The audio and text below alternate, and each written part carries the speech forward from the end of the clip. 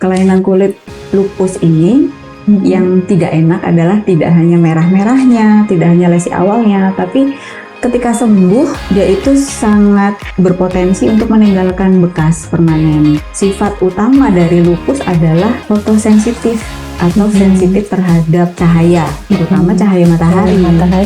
Penyakit lupus itu bisa juga bermanifestasi di kulit. Jadi kalau ada kelainan kulit yang kira-kira kok tidak sembuh-sembuh gitu ya, kemudian kok disertai dengan gejala yang merah, bersisi, kemudian ada parut, jaringan parutnya yang tidak sembuh-sembuh, itu mungkin bisa segera dikonsultasikan atau bisa berobat ke dokter kulit untuk di screening atau diidentifikasi gitu. 3, 2,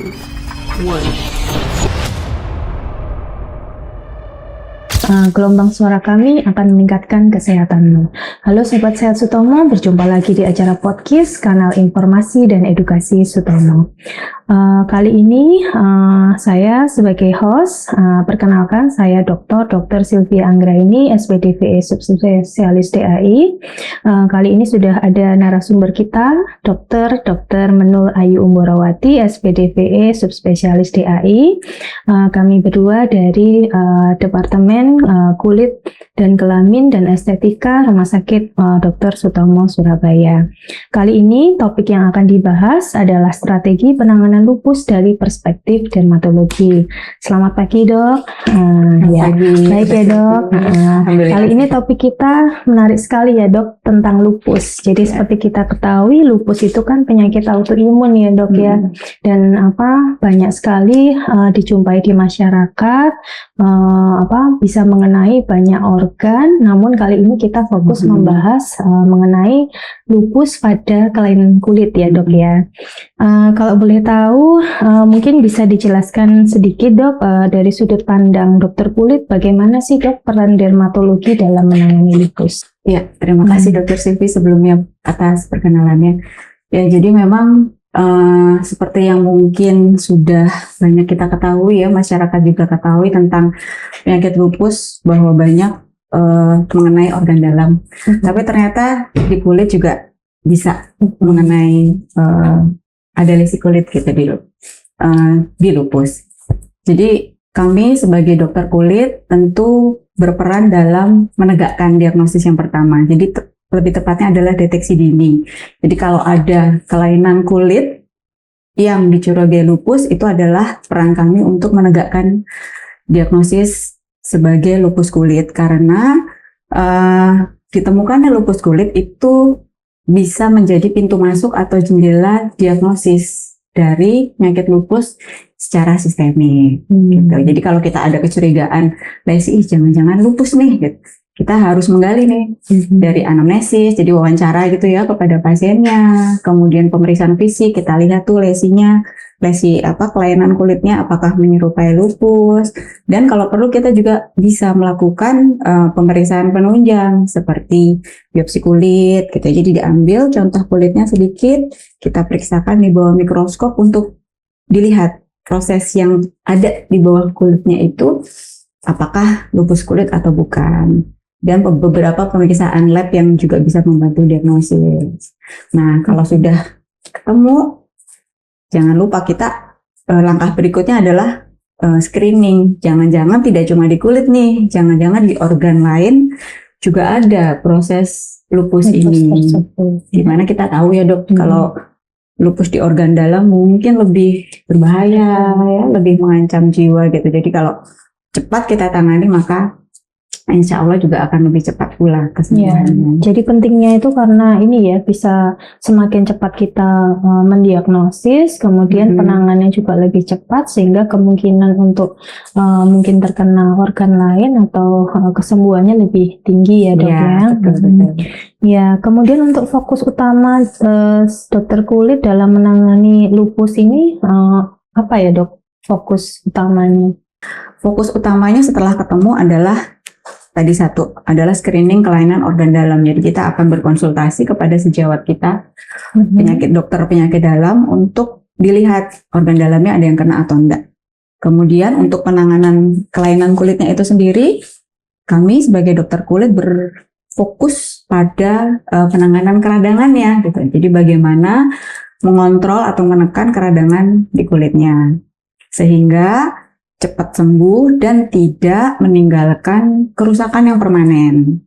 Jadi memang seperti mungkin masyarakat juga perlu tahu ya dok ya, bahwa kelainan kulit lupus ini yang tidak enak adalah tidak hanya merah-merahnya, tidak hanya lesi awalnya, tapi ketika sembuh dia itu sangat berpotensi untuk meninggalkan bekas permanen, sekar, ya, terus warna putih atau kecoklatan yang sulit hilang. Nah ini juga menjadi fokus utama kita untuk segera menghentikan atau mengontrol inflamasinya supaya nanti ketika sembuh tidak meninggalkan bekas yang permanen. Kemudian fokus yang kedua adalah bagaimana caranya supaya mengendalikan juga kekambuhannya, karena kita tahu ini kan penyakit autoimun ya dok. Jadi tentu akan kambuh, nanti sembuh kambuh, jadi ada potensi untuk kambuh. Nah ini juga menjadi fokus kita yang kedua adalah bagaimana caranya untuk mengerem atau mencegah kekambuhan yang lebih sering. Iya, jadi pendekatan untuk dermatologinya atau dokter kulitnya itu untuk menangani inflamasi ya, terutama di awalnya agar tidak menjadi bekas gitu ya di kemudian hari. Kemudian untuk langkah awal yang dilakukan itu apa dok? Kalau kita periksa ke dokter kulit biasanya apa yang dilakukan langkah awalnya? Ya, begitu ketemu nih, ini adalah suatu lupus kulit, tentu kita akan memberikan obat. Terutama kalau tadi untuk menghentikan keradangannya, kita akan memberikan obat oles, ya, obat oles atau salep-salep itu yang berfungsi untuk menekan keradangan tadi, jadi mengontrol keradangannya.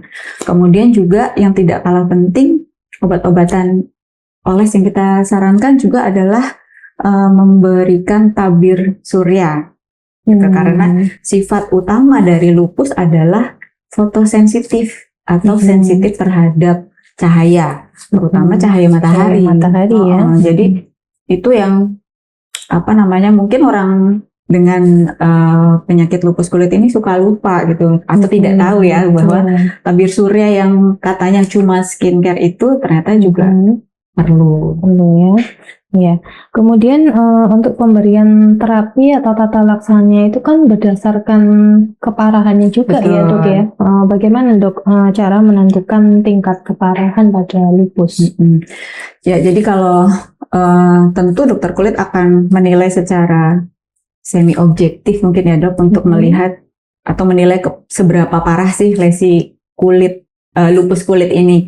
Jadi kami punya indeks atau angka yang namanya KLASI. KLASI itu Cutaneous Lupus Disease Activity and Index gitu ya, Activity Index. Jadi menilai aktivitas dan juga kerusakan yang terjadi pada lesi lupus itu. Jadi nanti dilihat merahnya, dilihat sisiknya seberapa tebal, kemudian juga dilihat kerusakan yang udah terjadi tuh dok, kayak warnanya tuh udah putih kah atau udah menghitam gitu, atau ada jaringan parutnya atau enggak gitu. Nah itu semua dinilai dan dijadikan angka gitu. Jadi semakin berat, semakin tinggi angkanya maka akan semakin berat. Nah dari indeks KLASI itu tadi kita menentukan terapi apa yang bisa diberikan. Misalnya kalau ringan nih gitu, jadi tidak terlalu merah, tidak terlalu tebal sisiknya, kemudian belum ada kerusakan jaringan, itu kita bisa berikan obat oles aja, salep-salep. Namun kalau ternyata sudah luas, ada di berbagai area tubuh, kemudian merahnya sangat jelas, atau mungkin jaringan parutnya sudah sangat berat, itu nanti kita perlu memberikan selain obat oles, tentu ada obat minum sesuai dengan keparahan penyakitnya itu. Iya, jadi untuk penanganan tata laksana antara lupus kulit yang ringan, sedang, berat tentu berbeda ya dok ya. Betul. Dan itu juga yang menentukan untuk derajat ringan, sedang, berat juga dokter kulit ya. Jadi tidak bisa dilakukan sendiri ya dok, harus periksa ya. Betul. Ya, kemudian tadi kan dokter bilang ada obat yang dioles, ada yang obat yang harus diminum. Nah, kalau obat oles bagaimana dok perannya dalam menangani lesi kulit lupus ini? Iya, jadi kalau Obat oles mungkin bisa kita berikan pada lupus yang masih ringan, misalnya cuma 1, terus tidak terlalu merah, belum sampai ada parut yang mengganggu gitu ya. Obat-obatan oles yang kita berikan itu fungsinya untuk menekan radang, jadi obat-obatan anti radang. Selain dioles bisa juga sebetulnya disuntikan. Jadi nanti mungkin sobat sehat Sutomo sekalian yang punya penyakit kulit lupus ini, kalau disuntik sama dokternya di kulitnya, nah itu bisa juga. Jadi tergantung keparahannya gitu ya. Bisa dioles, bisa disuntik. Namun kalau ternyata sudah luas, ada di berbagai organ atau mungkin satu, tapi merah banget gitu, sisiknya tebal atau sangat rusak, jadi udah jaringan parutnya sangat dalam gitu. Itu berarti kan indeks kelasinya juga akan tinggi walaupun cuma 1 titik gitu. Itu bisa jadi sudah masuk indikasi obat sistemik.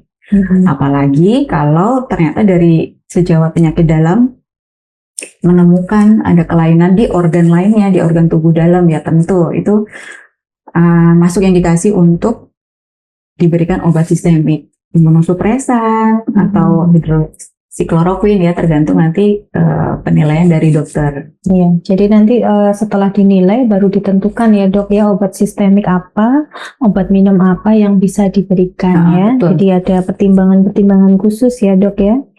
Kemudian untuk tadi perlindungan terhadap sinar matahari, penggunaan sunscreen bagaimana dok? Apakah itu sangat penting sekali, tidak boleh di skip atau mungkin boleh dipakai sesekali saja?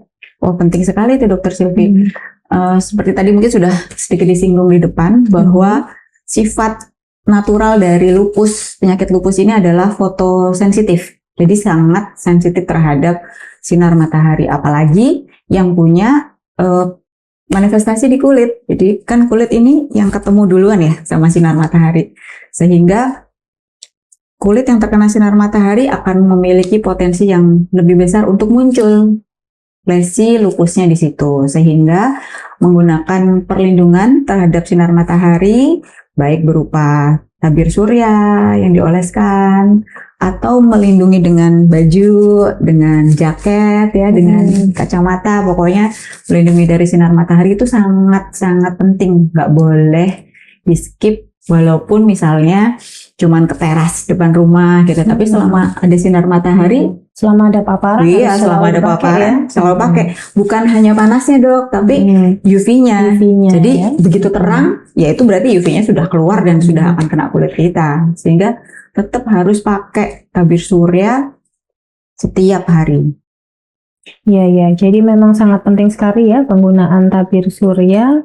Kemudian untuk perawatan kulitnya, apakah ada sesuatu yang khusus dok untuk pasien lupus ini dok? Kalau khusus sekali mungkin itu ya, yang tabir surya itu yang paling penting, nomor 1 nggak boleh ke skip. Kalau yang lainnya ya sebetulnya perawatan kulit standar lah, basic itu artinya bagaimana menjaga kulit itu tidak lebih sensitif, seperti kita menggunakan sabun atau cleanser yang gentle gitu ya, jangan yang iritatif gitu, sehingga kulit tidak rusak barrier kulitnya, karena mungkin cukup terkenal ya istilah barrier kulit gitu. Jadi pagar penjaga keutuhan kulit itu supaya tidak rusak karena sabun yang terlalu agresif. Kemudian menghindari penggunaan skincare atau krim-krim yang sifatnya iritatif. Ada beberapa skincare yang mungkin berfungsi eksfoliasi atau rejuvenasi gitu yang cukup iritatif, itu mungkin bagi penderita lupus kulit harus dihindari. Dan juga jangan lupa selain menghindari yang iritasi, juga bagaimana menjaga si barrier kulit itu tetap baik, yaitu menggunakan pelembab. Iya, jadi memang sebaiknya mungkin setelah konsul kembali lagi ya ke dokter spesialis kulit dan kelaminnya itu untuk skincare apa yang boleh dan nggak boleh. Karena kan di luar kan pasaran banyak sekali ya jenis tipe skincare ya dok ya. Jadi kita harus memang memilih mana yang terbaik untuk kulit lupus ya. Betul. Karena memang sekarang kan kayak trennya di luar masyarakat skincare itu banyak sekali pilihannya. Bukan berarti Nggak boleh. pasien lupus kulit nggak boleh pakai skincare gitu, tapi boleh. Namun ya itu harus konsultasi ke dokter mana yang boleh, mana yang enggak, mana yang beneficial atau menguntungkan untuk kulitnya, mana yang justru berbahaya dan bisa memicu lesi kulitnya gitu. Iya, kalau kebiasaan-kebiasaan kira-kira apa ya dok yang nggak boleh atau yang sebaiknya dilakukan? Kebiasaan yang nomor satu sih mungkin tadi ya terkait dengan sinar matahari. Jadi kebiasaan panas-panasan itu mungkin harus dikurangin. Kalau yang suka olahraga ya cari venue olahraga yang tidak terkena sinar matahari secara langsung. Ataupun kalau misalnya harus beraktivitas di luar ya pakai sunscreen atau pakai baju yang menutupi kulit dari paparan sinar matahari. Kemudian selain paparan sinar matahari juga jangan terlalu stres. Jadi pasien-pasien autoimun memang proses autoimunitas atau keradangan karena autoimunnya ini bisa muncul atau mudah sekali muncul kalau stres. Baik lelah secara pikiran ataupun lelah secara jasmani itu bisa memicu. Jadi jika merasa mulai agak lelah, mungkin bisa istirahat sebentar, berhenti sebentar supaya calming down, supaya tidak memicu inflamasinya. Karena kalau di tubuh inflamasinya terpicu, kulitnya juga bisa muncul lesinya. Gitu. Terus menjaga, ya itu tadi menjaga kesehatan kulit dengan skincare yang tepat, menjaga barrier, menghindari yang iritan. Seperti itu mungkin ya Dokter Sylvie. Iya, terima kasih. Jadi untuk mengendalikan emosional kita itu sangat penting ya dok ya, karena yang tahu tubuh kita kan kita sendiri ya, jadi harus bisa mengenali kapan mulai akan lelah gitu ya, sehingga kita harus segera beristirahat ya, agar tidak kambuh ya, begitu ya lesinya. Ya, untuk pada pasien-pasien lupus ini kira-kira edukasi yang lain mungkin ada dok? Yang penting ya selain tadi ya, karena tadi kan seperti di depan kita target dari pengobatan lupus itu adalah mengendalikan inflamasi atau mengendalikan radang supaya cepat sembuh dan tidak meninggalkan bekas. Dan yang kedua yang paling penting adalah mengendalikan kekambuhan. Jadi selain tadi hal-hal lifestyle yang tadi disampaikan untuk dibiasakan, skincare, tabir surya, juga yang paling penting adalah rutin dan konsisten dengan pengobatan. Jadi obat oles atau obat minum yang diberikan oleh dokter itu harus secara rutin, secara konsisten digunakan. Karena penyakit autoimun ini tidak bisa sembuh, ya tidak bisa sembuh, ada bersama pasiennya seumur hidup. Yang bisa dilakukan adalah menekan keradangan dan juga mengendalikan supaya nggak sering-sering kambuh. Caranya yaitu tadi, pengobatan harus konsisten, waktunya kontrol harus kontrol, obat yang diberikan dipakai terus sesuai petunjuk dokter, terus juga mencegah atau membatasi hal-hal yang bisa memicu keparahan ataupun munculnya lesi kulit lupus ini. Iya, jadi mungkin yang paling penting juga kontrol itu ya dok ya, karena seringkali pasien begitu datang sembuh merasa enakan sedikit, kemudian tidak kontrol ya dok ya. Nah itu nanti akan semakin memperparah penyakitnya ya. Jadi jangan bosan kali ya, jangan bosan minum obat, jangan bosan kontrol ya. Gitu. Ya, kemudian untuk kolaborasi dengan spesialis penyakit lain, apa dok selain penyakit dalam mungkin ada yang lain? Ya, ini juga sangat penting ya pada penanganan lupus secara holistik gitu. Jadi karena tadi mungkin seperti yang sudah kita sampaikan di depan bahwa lupus eritematosus atau penyakit lupus ini sebetulnya bisa mengenai organ lain, salah satunya kulit. Jadi kita dalam penanganannya juga pasti harus berkolaborasi dengan berbagai spesialis lain seperti penyakit dalam atau juga mengenai di jantung ya, bisa di jantung, bisa di paru, tempat lainnya. Bisa juga kita berkolaborasi dengan dokter spesialis jantung, dokter spesialis paru, atau bahkan mungkin bisa neuro atau penyakit saraf, tergantung dengan organ mana yang terkena. Jadi mungkin perlu diingat bahwa lupus itu kan memang penyakit 1000 wajah ya dok ya. Betul. Jadi manifestasi atau keluhannya itu bisa dari banyak organ, termasuk di kulit ya dok ya. Ya, kalau dalam penanganannya ini tantangan terberatnya apa ya dok? Dalam menangani lupus kulit. Tantangan terberatnya itu konsistensi sepertinya. Jadi konsistensi baik dari dokternya ya, maksudnya yang ia terus mengikuti gitu perkembangan keparahan penyakitnya ketika sembuh, ketika flare gitu, tapi juga konsistensi dari pasiennya. Bagaimana harus terus mengikuti pengobatan yang disarankan, terus menjaga dirinya supaya menghindari faktor-faktor pemicu, memperbaiki lifestyle supaya tidak flare seperti itu. Itu tantangan terberat karena itu akan harus dilakukan terus seumur hidup mungkin ya. Gitu. Dan kalau khusus di kulit mungkin tantangan terbesar kita itu bagaimana caranya supaya radangnya tuh segera selesai supaya nggak meninggalkan bekas. Gitu. Karena seringkali kalau kronis itu bekasnya jadi makin jelas ya dok ya. Betul, jadi kronis sudah lama bekasnya jadi semakin berat. Terutama kalau yang di rambut dokter Silvi kan seringkali ada lesi di kepala, jadi kayak botak, ya, kebotakan ya. Nah itu rambutnya nggak bisa tumbuh lagi tuh di area kelainan kulit yang ada di kulit kepala. Nah kalau ditangani secepat mungkin harapannya jadi meminimalisir kebotakan yang terjadi. Jadi mungkin itu salah satu tantangan terbesar kita sebagai dokter kulit. Iya. Dengan tantangan terbesar itu tadi dok, pesan dokter untuk masyarakat bagaimana nih dok agar masyarakat lebih aware terhadap penyakit lupus ini? Ya jadi memang masyarakat harus tahu yang nomor satu bahwa penyakit lupus itu bisa juga bermanifestasi di kulit.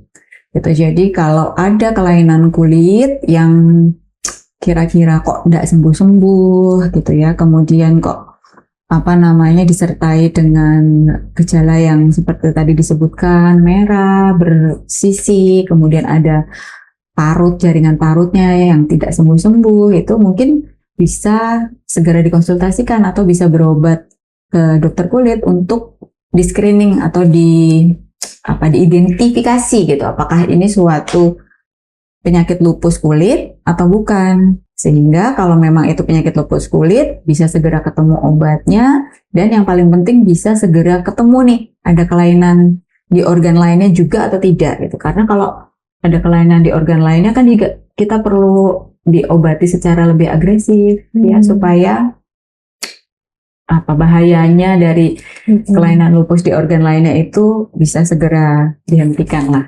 Iya. Jadi masyarakat harus waspada kalau ada kelainan seperti apa ya dok yang ditemukan pada tubuh. Lesi kulit atau kelainan kulit pada lupus ini macam-macam ya. Jadi memang seperti tadi dokter Silvi udah sempat sebutkan itu menyerupai banyak kelainan lain gitu. Tapi lesi yang biasanya dia bentuknya bulat gitu ya, berbatas tegas, warnanya merah, baik merah menyala ataupun merah keunguan, disertai sisik dan juga ada jaringan parut. Jaringan parut tuh kayak keloid tapi putih-putih gitu kan. Dan tidak sembuh-sembuh gitu. Jadi kita olesin obat apalah, salep-salep apa nggak sembuh-sembuh.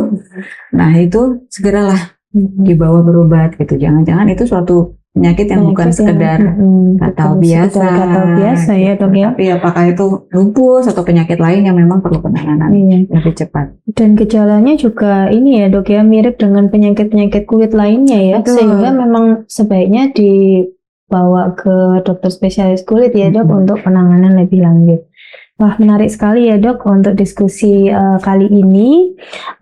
Mungkin ada pesan terakhir dok untuk tentang strategi penanganan lupus dan dari perspektif dermatologi, mungkin bisa disampaikan dok. Ya, baik. Jadi lupus, terutama lupus kulit, ini merupakan suatu penyakit autoimun yang kronis, sehingga membutuhkan penanganan yang komprehensif, deteksi yang cepat, sehingga bisa dilakukan kontrol keradangan secara cepat, tidak menimbulkan bekas atau kerusakan yang permanen, dan bisa dilakukan usaha-usaha untuk mencegah kekambuhan, dan pengetahuan ataupun awareness atau kewaspadaan dari masyarakat terkait lesi lupus kulit ini sangat penting untuk terjadinya deteksi dini dari penyakit lupus itu sendiri. Itu jadi mungkin kalau ada sobat sehat sekalian yang mungkin menonton, menemukan pada dirinya ataupun saudaranya atau pokoknya lingkungan sekitar ada lesi kelainan kulit yang dicurigai jangan-jangan nih lupus kulit nih gitu, bisa segera dikonsultasikan kepada kami. Silakan mungkin bisa datang ke Polikulit dan Kelamin di RSUD Dr. Sutomo, bisa di unit rawat jalan atau bisa di Poli Geraha Amerta dan STOC gitu. Jadi berkonsultasi dengan dokter-dokter kulit yang ada di rumah sakit kami untuk bisa menemukan permasalahannya. Ya, terima kasih sekali Dr. Nunul. Diskusi kita kali ini sangat jelas ya Dok ya. Semoga nanti bisa menurunkan kejadian dari lupus dan masyarakat kita, terutama Sobat Sehat Sutomo yang ingin berkonsultasi, memeriksakan gejala pada kulitnya, bisa datang ke Poli Kulit ya, Poli Kulit Rumah Sakit Dr. Sutomo. Demikian karena mungkin waktu yang terbatas ya Dr. Menul, terima kasih atas kehadirannya dan informasinya yang sangat bermanfaat. Nah, intinya dengan edukasi dan perawatan yang tepat, lupus bisa dikendalikan dan harapan tetap ada. Sekian diskusi kali ini. Terima kasih. Kurang lebihnya mohon maaf. Bersama RSUD Dr. Sutomo, masyarakat sehat dan menyehatkan. Wassalamualaikum warahmatullahi wabarakatuh.